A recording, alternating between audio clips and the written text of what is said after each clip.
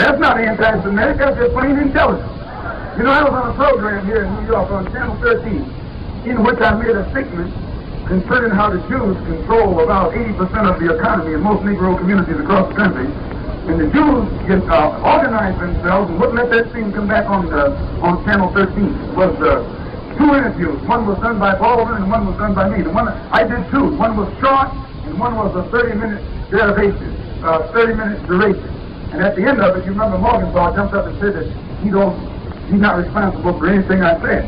Well, I can understand why he said that, because during that same week, these same old so-called liberal Jews who claim they believe in free speech and all that old kind of stuff, they got together and prevented destroying of that interview again, simply because I had made the statement. Got together and prevented destroying of that interview again, simply because I had made the statement on that the Jews are the ones who are robbing us and exploiting us up here in Harlem and across the country. The Jews believe in censorship more than anybody else.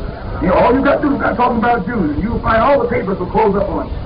They can't take it. They can't take any criticism. They're the most sensitive white people on this earth.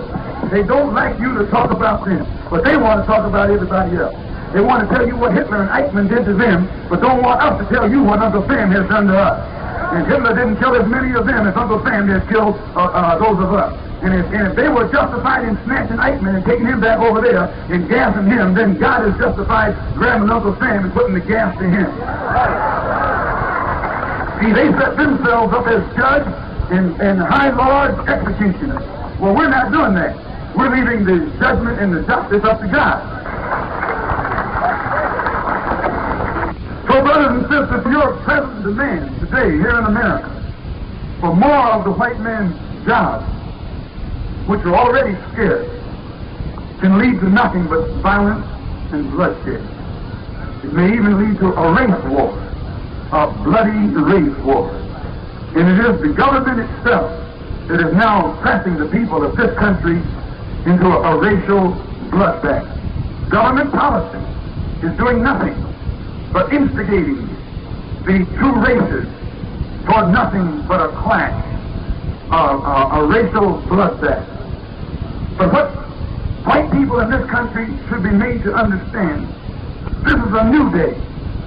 And our people, this generation, is a new people. That old Uncle Tom type Negro is dead. He's gone. Tom is gone. Our people have no more fear of anyone. They have no more fear of anything. We're not afraid to go to jail. We're not afraid to give our very life itself. And what's most important, we're not afraid to take the life of those who try and take our life.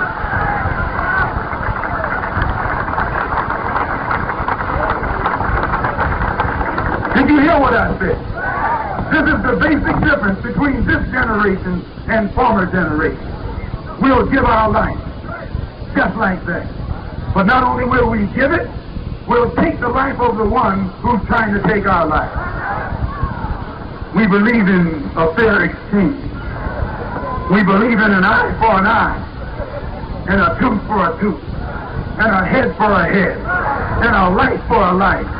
That's justice. There's nothing wrong with that.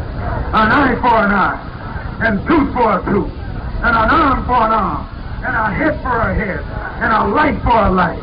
When you have that kind of philosophy, no one will put his hands on you.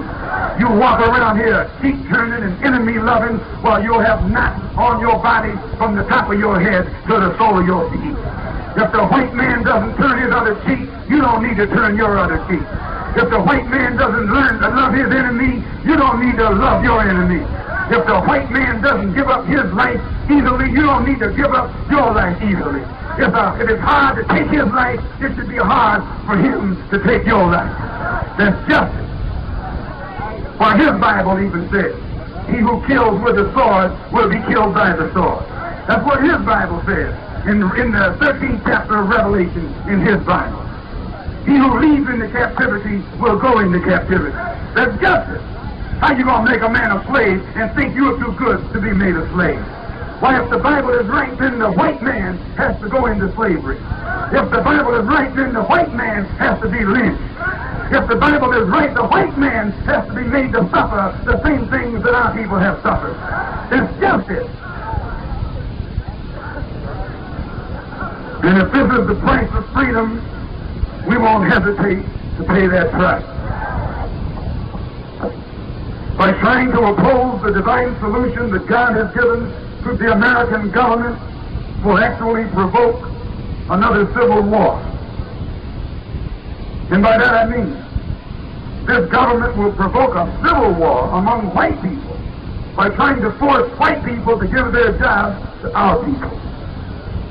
And our people will provoke a race war by trying to make white people give up their jobs. Don't you mislead yourself. If the government tries to force them to give us jobs, the government's going to have a civil war. And if you try and force them to give up their jobs, you're going to make up a race war. These are facts. Idiots can see through these. This racial dilemma poses a serious problem for white America. Civil war between white people on the one hand, and a race war between the whites and their 20 million ex-slaves on the other hand. And the entire dark world is watching, waiting to see what the American government will do to solve this problem once and for all. We must have a permanent solution. A temporary solution won't do. 20 million ex-slaves must be permanently separated from our former slave masters and placed on some land that we can call our own. And then we can create our own jobs. Then we can control our own economy. And then we can solve our own problems instead of waiting for the American white man to solve our problems for us.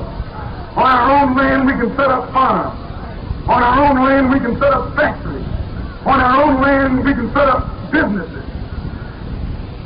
We can establish our own government and become an independent nation. And once we become separated from the jurisdiction of this white nation, we can then enter into trade and commerce for ourselves with other independent nations. This is the only solution. We must be an independent nation. We now number 20 million black people, a nation within a nation, a black nation within a white nation, crying to be born, crying to be set free, and let us go our way. If he doesn't love us, we sure don't love him. And if he doesn't want us, we sure don't want him. In our own land, we can establish our own agricultural system. We can farm. We can grow food to feed our own people. We can raise cattle. We can use the hide, the leather, the wool to make clothing for our own people. We can dig the clay from the earth and bake it into bricks and build houses and homes for our people. We can chop down trees and turn it into lumber and build furniture to furnish homes for our people. When I was in Africa, I saw Africans making their own furniture. I mean modern furniture, up-to-date furniture, sharp furniture. They over there making their own. You over here begging Goldberg for his. $1 down and $1 when I catch you. And Goldberg always catches you. If Goldberg can't catch you, Goldstein will catch you. And if Goldstein don't catch you, Greenberg will catch you. $1 down and $1 later, and later is always now. When we have our own land, we can dig the natural resources from the earth. Land is the basis of all economic security. Land is freedom, justice, and equality. Land is essential to true independence. Africans aren't asking for integration. They're asking for land. In Kenya, they told the white man to get out. Uganda, they told the white man to get out.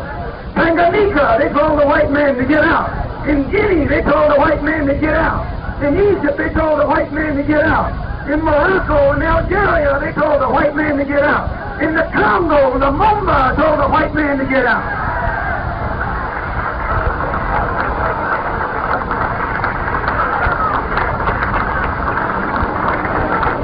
And in southern Rhodesia, they're telling the white man to get out. In northern Rhodesia, they're telling the white man to get out. In Angola, they're telling the white man to get out. in South